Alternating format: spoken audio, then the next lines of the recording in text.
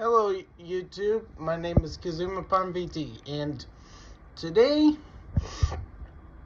I'm gonna react to some,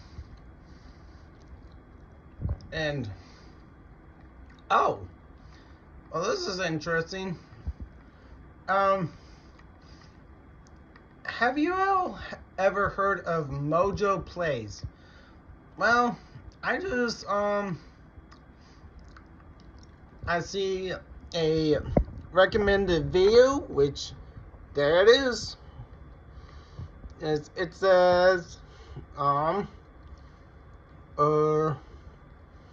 happened to Sly Cooper? Let's react to that.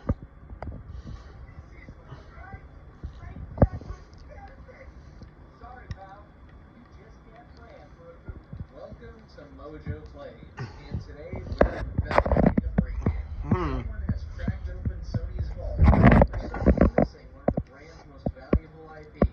Now we have to ask ourselves, whatever happened to Sly Cooper? Oh, that's too bad. I guess I'll just have to go bet these gems on the camel races. Before we begin, we publish new videos.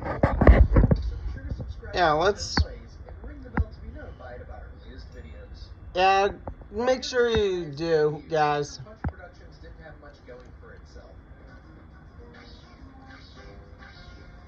Damn. The studio's only game was a 3D platformer on the Nintendo 64 called Rocket Robot on Wheels. Though the game itself was merely serviceable, Rocket succeeded in demonstrating Sucker Punch's technical prowess not just in visuals, but in physics as well. The way objects would bend and react to the player's interactions were unlike anything the industry had seen at the time. Rocket Robot on Wheels would be a critical success, but ultimately it was a commercial failure.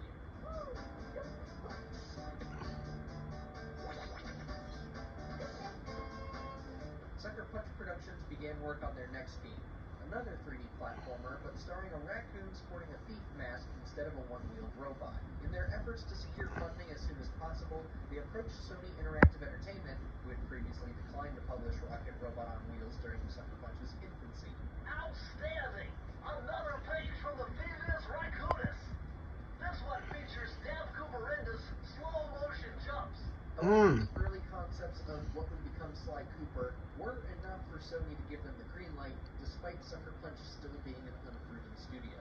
Sly Cooper and the Thievius Raccoonus launched in North America on September 24th, 2002, and it was met with wide critical acclaim. While the story and voice acting was hit or miss with some players, and the camera was a bit of a hassle to deal with in some levels, the cel-shaded visuals and stealth-focused gameplay helped it stand out from the 3D platformer market. Sly Cooper himself was also quickly being identified as a new face of PlayStation, despite the PlayStation 2 only being just a couple of years old at this point. Oh, really? The Thievius Raccoonus would be frequently awarded accolades by various critics at the time, between Best PS2 Game and Best Platformer. Sales-wise, the game alone would sell more than 800,000 copies before the end of 2006.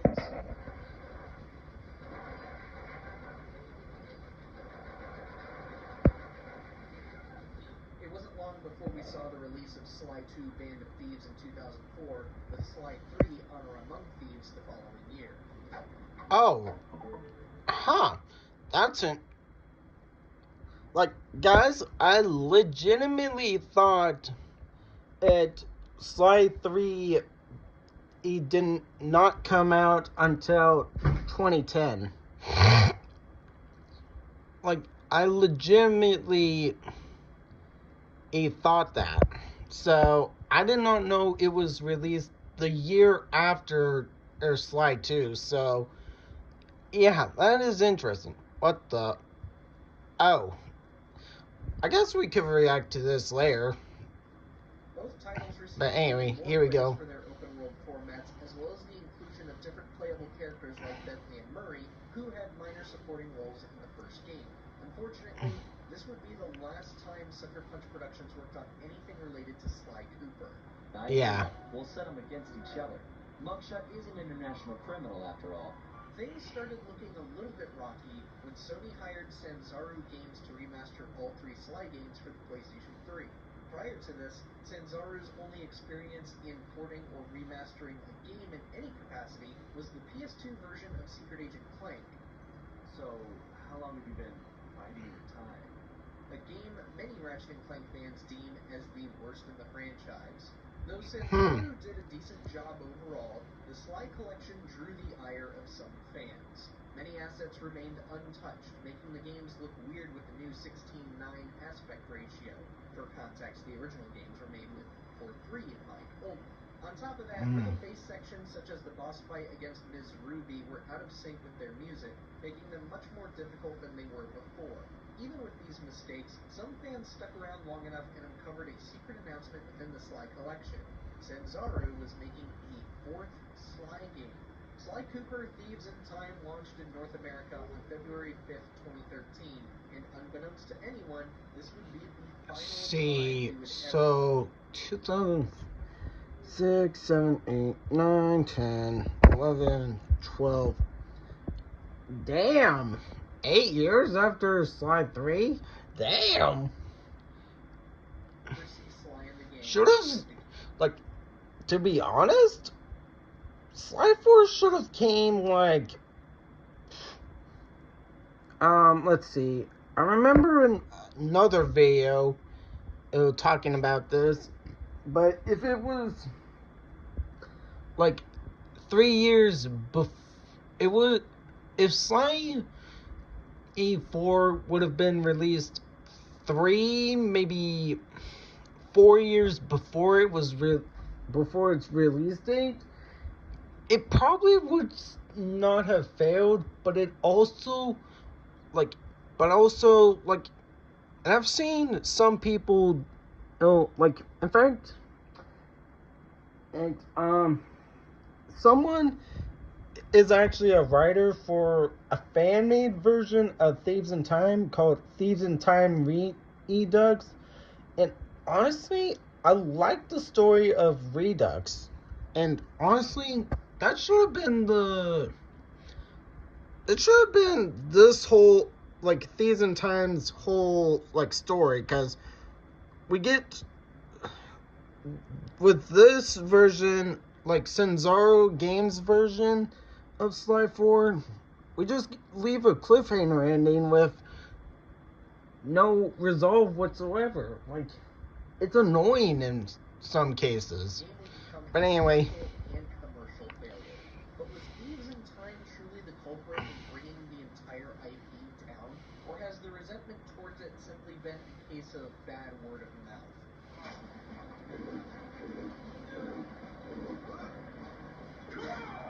To properly answer this question, we actually played through Sly Cooper Thieves in Time in its entirety.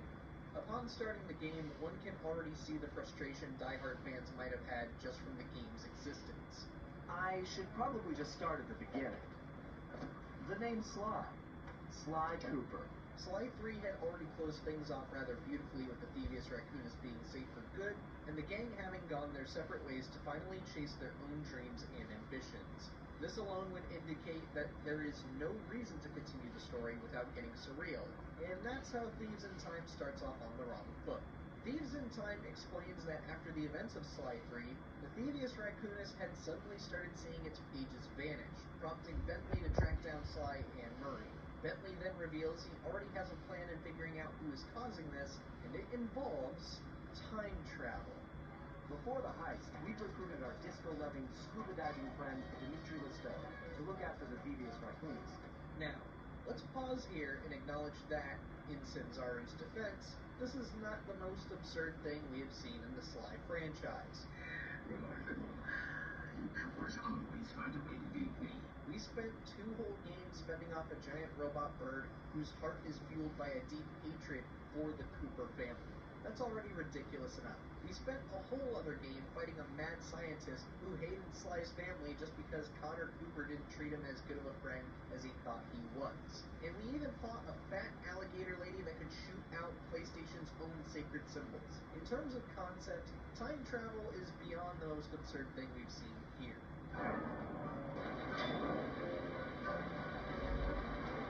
In a narrative narrative sense, though, it does make Thieves in Time seem like an excuse to try and milk cash from fans one last time. Damn. Time travel has often been the first sign of any movie, TV show, book, or game jumping the shark. The story is out of ideas to keep itself engaging, but we don't want it to end. How do we justify the continuation? Easy. We defy all laws of time and space and just go nuts even if it makes no sense to the story anymore. That said, if you are someone who plays video games like Sly primarily for story and lore, the intro alone might be off-putting to you. At the end of the day, though, Thieves in Time is a video game. She knew it was probably her only shot at busting the paradox. So can the game pick itself up in gameplay to make up for the ludicrous premise? Well, it all depends on which of the previous Sly games you prefer. While there is a case to be made for Sly 3 being the better game, many regard Sly 2 the best in the franchise for a few reasons. For starters, every region you visited featured unique landmarks and paths that could serve as potential escape routes in certain missions. There was a bit of emergent gameplay here in how players could form speedy pathways with rails and power lines to grind across, awnings to bounce off of, and hiding spots to crawl under. On top of that, you have more free-form activities to take on between missions. Want a break from the main mission? Well, there are some special treasures hiding in the area that could net you some extra cash. I am still a bit bewildered that the Black Knight was a friend of yours. Yeah, well, obviously she's no friend of ours now. You can also spend some time hunting for all of the clue bottles of the area and unlock special abilities to make jobs easier. And this all goes without mentioning the varied mission structure, which gave players the opportunity to take control of Murray and Bentley for more combat or puzzle-heavy jobs respectively. Sly 2 was essentially a game that had a litany of creative ideas and executed them rather well. This is where gameplay-centric players might be confused about the intense hatred Thieves in Time receives. Whereas Sly 3 removed aspects like the message bottles and got a little too crazy with the multiple playable characters, Thieves in Time reels it in with the same scope as Sly 2 and integrates ideas from both sequels. Even though most of your time is spent playing Sly, you still have jobs that will require you to play as Murray, Bentley, and even Carmelita Fox. Some jobs even give you control over Sly's ancestors. Thieves in Time also brings back bottles to encourage thorough exploration between missions. I think she took his disappearance the hardest. Even if she at least not in public. Speaking of exploration, Thieves in Time boasts a diverse roster of locations from across various time periods. This was one feature that, for some reason, was enough for some folks to dismiss Thieves in Time as Sony copying Assassin's Creed. You can't jump up on this furnace, Sly. You better go back and find an alternate route. Guess who went to Japan first, though? Even if that was the case, the visuals and level design for places like Japan, Arabia, and the American frontier made these locations feel like new, despite them being frequently used and reused across other gaming franchises. Going back to gameplay, there was one noticeable strength in Thieves in Time that the game simply does not get enough credit for: the boss battles. In previous Sly games, bosses were often fairly easy or way too simple to be engaging. They weren't awful necessarily, but they weren't super impressive either. I'm doing you a favor. What kind of thief prints money? There's no honor in that. Sly 1 had bosses You cracker box. Sly 2 took things a step further with bigger rooms and more direct confrontation with bosses. Sly 3 further expanded upon them by making them multi-phased fights that mixed in mini-games every now and then. Thieves in Time, on the other hand, fits the bill in how people seem to strive for challenging games within the last several years. It isn't enough to just smack El Jefe a few times. You have to watch his attacks while traversing to the next phase of the fight. It's a blend of combat abilities and platforming prowess, which is a lot trickier to perform when parts of the stage are collapsing or if you're trying to dodge waves of projectiles.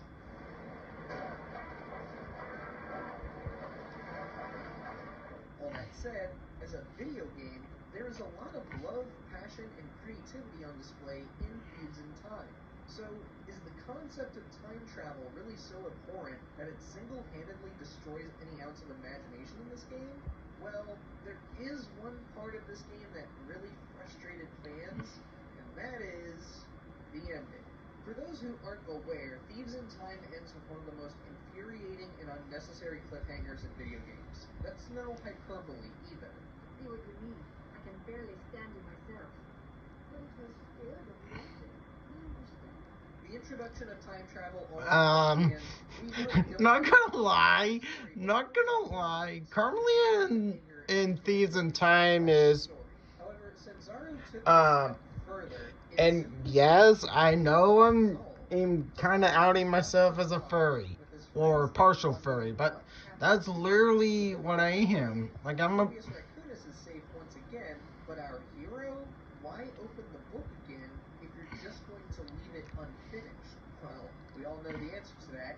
You gotta leave it open for a sequel, and so, despite the improvements in gameplay and the way it blended elements of all three games together, Thieves in Time went down as the worst game in the franchise. This is normally where the story would end, but we beg to differ. See, when it comes to Thieves in Time and how it supposedly killed the franchise, no one seems to stop and wonder about potential outside factors. Carmelita, are you alright? No thanks to you. Should be in a cage after what you told Sly Cooper. Should we really blame Thieves in Time and Thieves in Time alone for Sly's disappearance? Or is it possible the game was more of a victim of circumstance than we as fans like to believe? We need to consider this because, as we mentioned earlier, Thieves in Time was released in early 2013, which was an interesting period for Sony. The PlayStation 3 was on the up and up after spending several years floundering in sales. Plus, Sony's first-party games were finally ramping up with unique titles. But the biggest turning point for Sony in 2013 was the soon-to-be-released PlayStation 4 console. While the PS4 wasn't shown until June of that year at E3, Sony came out right before Thieves in Time launched to mention upcoming events regarding, quote, the future of PlayStation, end quote. That kind of talk almost always indicates the announcement of new hardware. Okay, slow down, Turbo. It also indicates to players that you, as a company, are pretty much finished with your current product, which is going to lead to low sales for future products made for soon-to-be discontinued hardware. Customers are going to choose to save up for the next big thing instead of buying a bunch of small pieces for a now-old toy. And Thieves in Time was not the only Sony exclusive to see this dip in revenue. Puppeteer was another title published by Sony that performed abysmally in sales despite positive reception from players and critics. It's also worth mentioning that 2013 was a year heavily stacked with big releases, each coming out weeks apart from each Last other. of Us, Bioshock Infinite, Bioshock. and Grand Theft Auto 5 are just a few of those. Ew, gross. Infinite Grand was Theft a Auto. fancy Ew, fair gross. Sly. We Please. have to be honest and say that our raccoon doesn't stand a chance against a new IP from Naughty Dog, the long-awaited sequel of a Ken Levine game, and, GTA. Sure, the Sly franchise has sold a few million units, but it's never been as big as we pretend it to be, not even when compared to many other PlayStation IPs like Ratchet and Clank Rift Apart. Go for Uncharted 4. A Thieves End. When each game from those IPs is selling more than the total sales of the entire Sly franchise, what reason does Sony have in revisiting this IP? So perhaps Thieves in Time is not the reason why Sly failed. Perhaps the reason we haven't had a new game since 2013 is because Sony now has different expectations, and those new standards came at really inconvenient times for Sly, Sony, and Sanzaru Games. Speaking of Sanzaru, did the studio really mess up the story? Yes, there are plenty of arguments to be made there. Yeah, they did. But when you look at the game itself, Thieves in Time really isn't this horrible monstrosity like some paint it to be. Thieves in Time boasts a lot of excellent ideas and expands upon previous ones really well. It's just a shame that a bad concept, a bad ending, and equally awful release timing led to it being labeled as this humiliating trip up from PlayStation. Could it have succeeded better as a PS4 launch title? Maybe, but it's a case of shoulda, coulda, woulda, but didn't. I know. Look, I can explain everything. Since Thieves in Time, we've seen Sly pop up in rather odd ways, as if Sony really does want the franchise to live on in some way. There was that teaser for an animated movie we saw in 2014, only for it to never be spoken of again. Then there was the announcement for the animated television series in 2017, only for it to never be spoken of again. But in June 2024, the very first game was brought to PlayStation 4 and PlayStation 5, and it was even among the best-selling games on PlayStation Network for a few weeks. So could Sly Cooper live on? It's a possibility, but with Sucker Punch Productions moving on to bigger pastures with Ghost of Yotei, the question is, who takes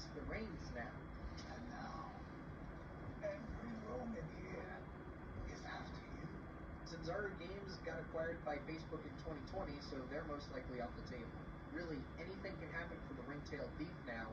We only hope that if Sly ever returns, the new developers don't repeat the same mistakes made with Thieves in Time. Please, help me. Why should I? Yeah. Like, not gonna lie, Mojo Plays is telling the truth. Like it really was bad timing for that. For Thieves in Time. Like, and also the story, how Thieves in Time was written. Like, that's why I said that I think I like the person who is the writer for the fan-made Thieves in Time Redux. Because, like, while there may be some things that normally are not, thought about since the, fourth game, but still, it's better than not having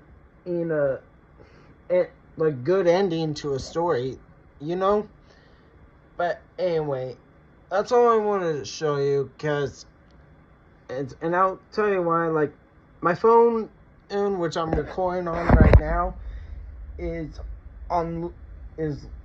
has low battery, so I'm gonna have to have it charged. So yeah, I hope you guys have enjoyed the video. Please like and subscribe. Please subscribe to the channel, ring the bell to get notified, and leave a like and comment down below. And also, I want to let you guys know that I am setting the goal to get 100 subscribers is before the end of the year. And also, let's see. And then eventually go on the road to 100, on the road to 1,000 subscribers, and then so on. Because I want to make awesome content for all of you out there. And yeah. Let's see. I think that's about it. Yeah. This is Kazuma VT signing out.